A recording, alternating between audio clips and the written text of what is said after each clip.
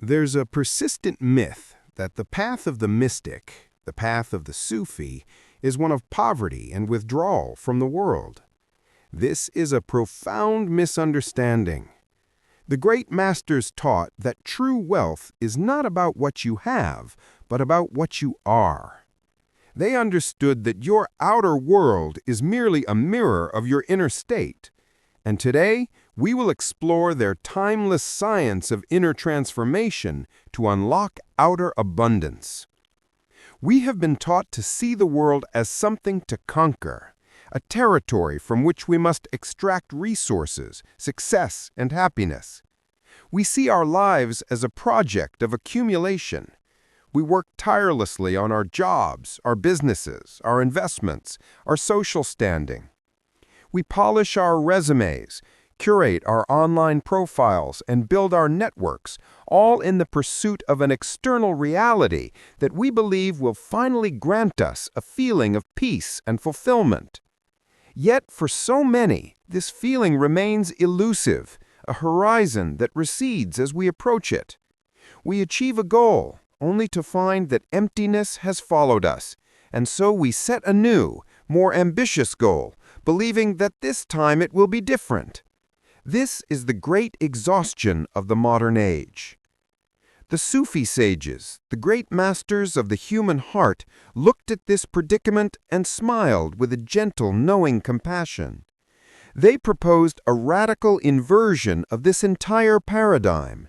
They said, "You have been trying to polish the reflection in the mirror when you should be polishing the mirror itself. Your life, in its every detail, your finances, your relationships, your health, your sense of purpose, is not a separate entity you must wrestle into submission. It is a perfect, flawless reflection of your own inner state. Your income, as the modern sage Jim Rohn once noted, does not far exceed your personal development." Life has a strange and beautiful symmetry.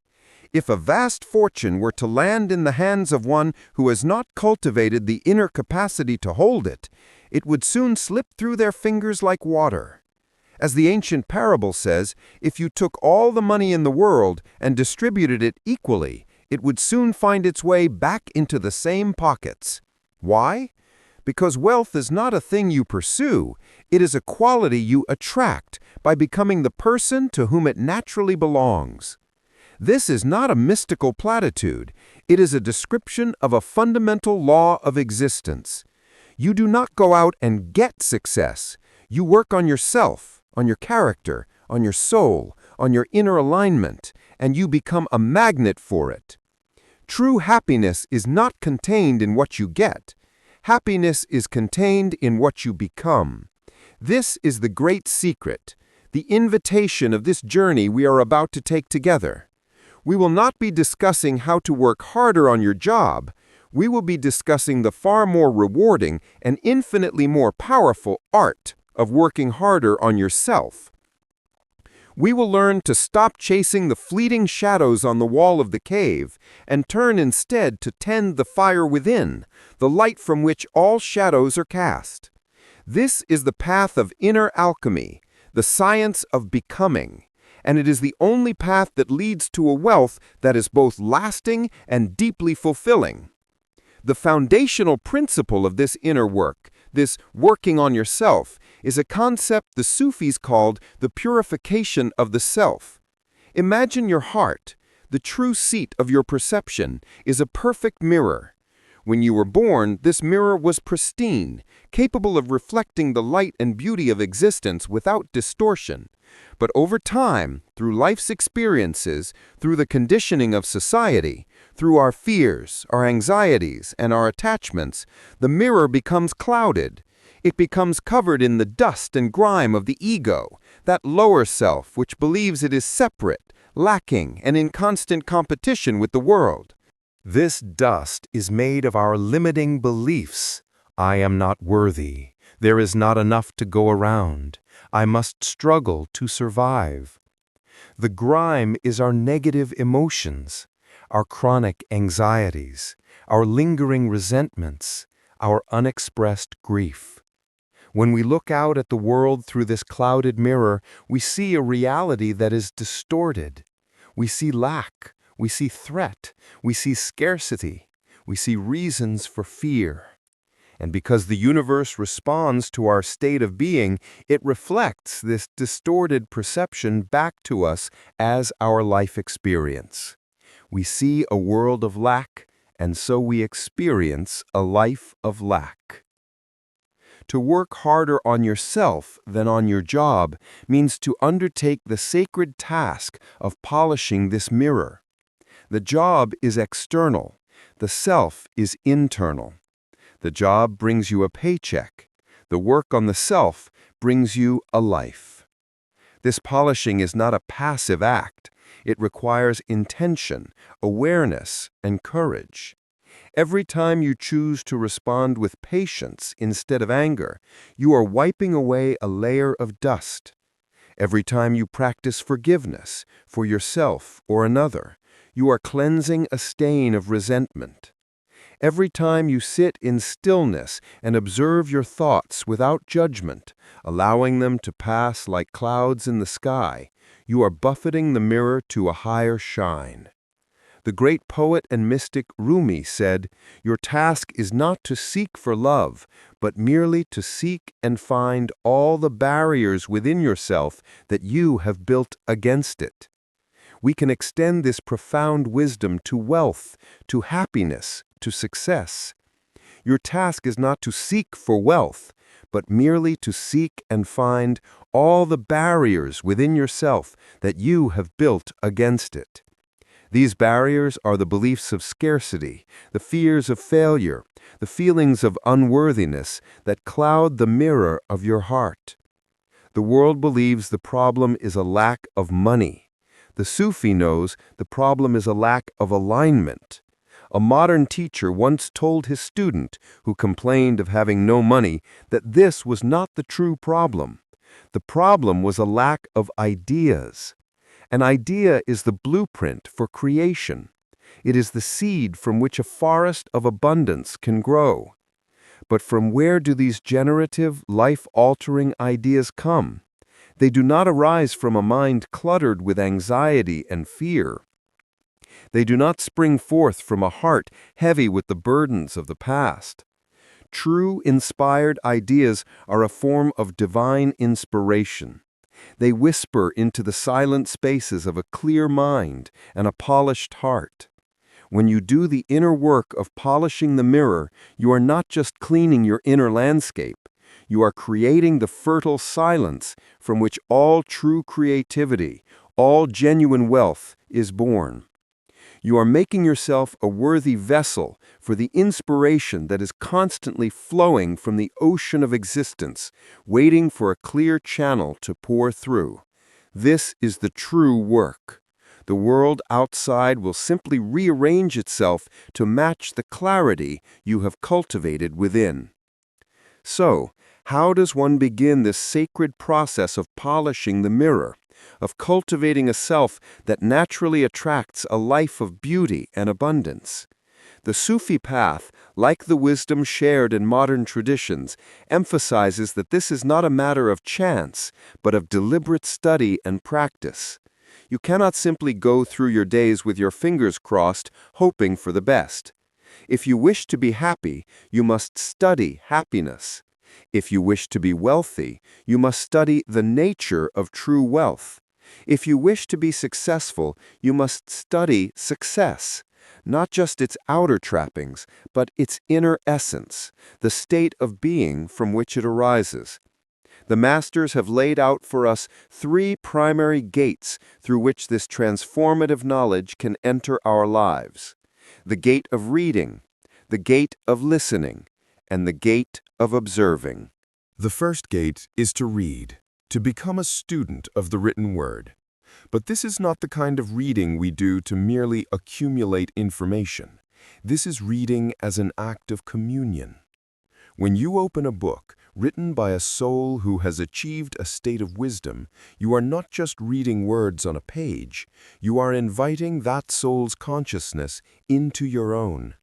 You are sitting in the company of Rumi, of Al-Ghazali, of Ibn Arabi.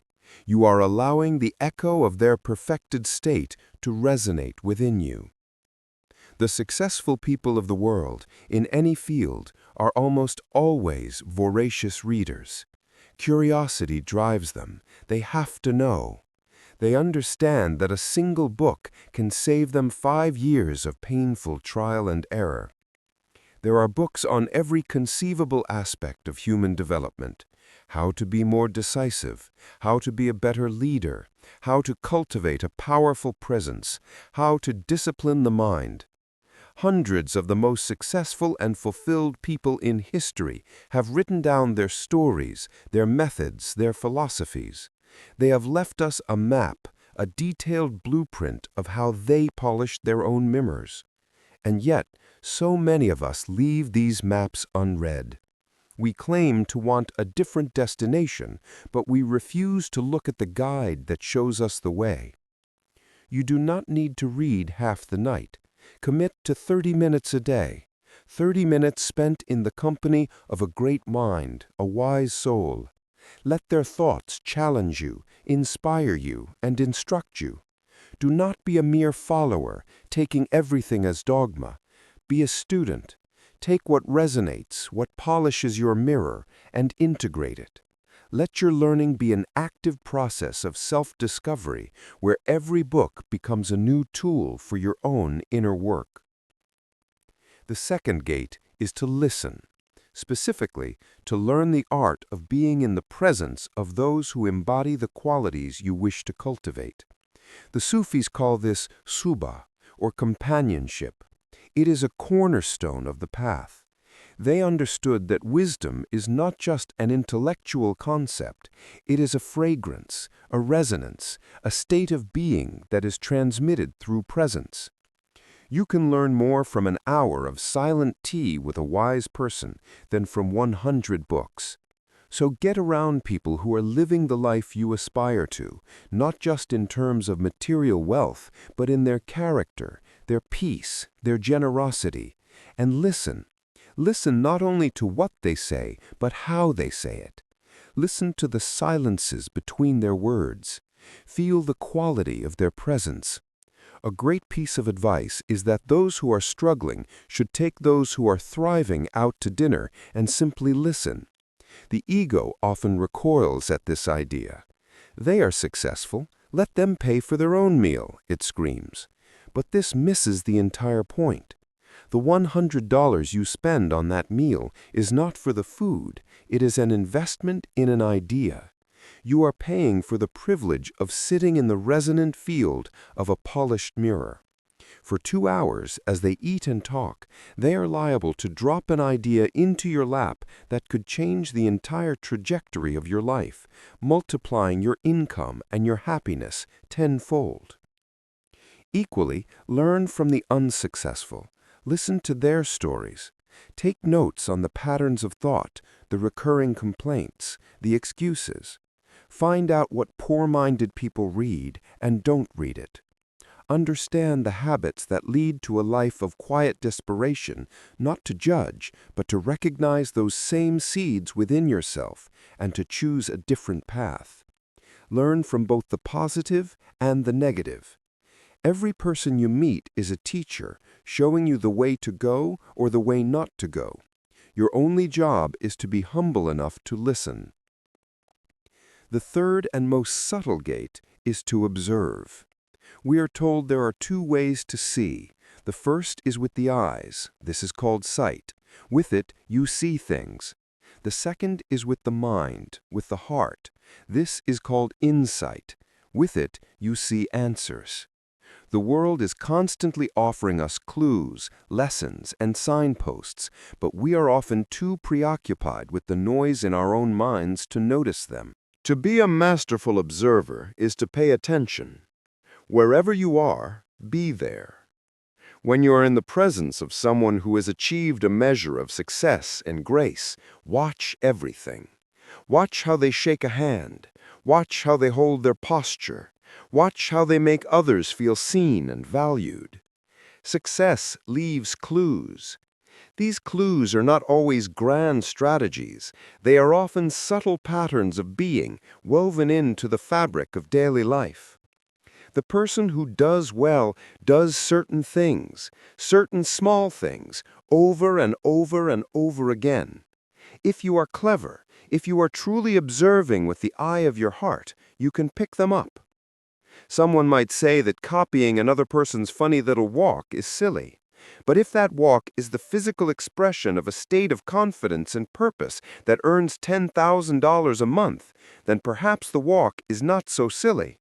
Perhaps it is a place to start. It is an outward gesture that can begin to cultivate an inward state. What I ask of you is to be unusual, to be a careful, deliberate observer of your world. See with your eyes, but also see with your mind. Look for the underlying patterns. Look for the principles at play behind the surface-level events. When you combine sight with insight, the world transforms from a random series of happenings into a living classroom, and every moment becomes an opportunity to learn and to grow. The information you need to change your life is all around you, right now. You simply need to develop the eyes to see it.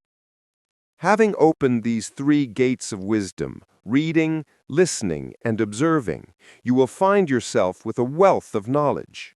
But knowledge, left to itself, is dormant. It is a map that is never used. The Sufis were adamant about this. They warned, "Let your learning not lead only to knowledge, for you will become a fool. Let your learning lead to action, for then you can become wealthy." And by wealth, they meant the richness of a fully realized life, of which financial abundance is but one beautiful, natural expression. This brings us to the second great step in personal development. Go to work. But again, we are not talking about your job. We are talking about the work of applying what you have learned to yourself. This is the realm of discipline. Discipline is one of the most misunderstood words in our culture. We see it as punishment, as restriction, as a joyless grind. But its root is the word disciple, which simply means to be a student. Discipline is the act of being a good student of your own highest self. It is the bridge between your goals and your accomplishment. Get excited over your ability to make yourself do the necessary things. This is one of the greatest powers you possess. On any given day, you can massively change the direction of your life, not with one grand heroic gesture, but with one small disciplined action. The key to mastering discipline is to start with the little things. You cannot handle the great challenges of life if you have not practiced on the small ones. Make a list of the small things you know you could do, starting tomorrow, that would begin to polish your mirror. Reading for 30 minutes, waking up 15 minutes earlier to sit in silence, going for a walk instead of scrolling on your phone, keeping your word to yourself on a small promise. Get right on those. Discipline yourself in these small arenas, not just for the immediate result, but for the muscle it builds, for the practice it provides. Each time you honor a small commitment to yourself, you are sending a powerful message to your subconscious. I am trustworthy. I am capable. I am in control. When you build this inner muscle of integrity, you become ready for when life hands you the great challenges and the great opportunities. You will have the strength to handle them. This is the essence of self-motivation. It is a myth that motivation is something that comes to visit us from the outside. The person who waits for someone else to come by and turn them on has a poor plan for their life. What if that person doesn't show up? You must be your own source of inspiration. You must take the knowledge you have gathered through reading, listening, and observing, and you must alchemize it into action through the fire of your own disciplined will. Finally, as we walk this path of profound self-transformation, the Masters offer us a crucial word of caution. It is a simple but vital instruction for a life of integrity and lasting success. It is this: Do not try to beat the system. Find out how the universal laws work and then work with them. Some people learn just enough to become clever. They learn the rules of the game so they can find the loopholes. They start slicing things thin, cutting corners, looking for the easy way out, the cheap answer. They compromise on their integrity for a short-term gain. Do not fall for this trap. To do so is to end up with a cheap life. This is the path of the ego, which is always looking for a shortcut because it believes in scarcity. It believes it needs to trick the universe into giving it what it wants. The path of the soul, the path of the polished mirror, is different. It is about alignment with truth. It is about doing what is right, even when it seems to take a little longer. It is about understanding that the universe is not a system to be beaten, but a living intelligence to be harmonized with. When you act with integrity, with honesty, with generosity, you are aligning yourself with the fundamental grain of reality. Success that comes from this place is solid. It is sustainable. It has deep roots. Success that comes from cutting corners is a house built on sand, and when the winds of change blow, it will surely fall. Find out how things work best, the principles of value, of service, of truth, and do it that way. Do not compromise with right. The universe is a mirror. If you present it with an image of integrity, it has no choice but to reflect integrity back to you. So, if we were sitting together, just you and me, my personal advice to you would be this. Reach down inside of yourself. Reach past the noise of the ego, past the fears and the doubts, and come up with some more of those remarkable human gifts that lie dormant within you. They are there, waiting to be utilized. The gift of discipline, the gift of curiosity, the gift of courage, the gift of compassion. And with these gifts, you can change anything you want to change. I challenge you to do that, because you can change. You do not ever have to be the same again after this moment, only by choice. The past has no power over you unless you give it power. So the great question is this: what are you going to do starting tomorrow that will make a change in your life's direction? If you do not do something different starting tomorrow, then we can guess what your life will look like 5 years from now. It will look like the last 5 years. The next 5 will be like the last 5, unless you make a major choice tomorrow to change it all, or to change a little, or to change just one small thing. It is choice time, and the most beautiful truth is that this choice is always available. In any moment, on any day, you can decide to begin polishing the mirror. You can decide to become a student of wisdom. You can decide to take one small, disciplined step in the direction of the person you were born to be. And in making that choice, you will find that the universe, with all its infinite abundance and grace, will rush to meet you. For what you seek is, and always has been, seeking you.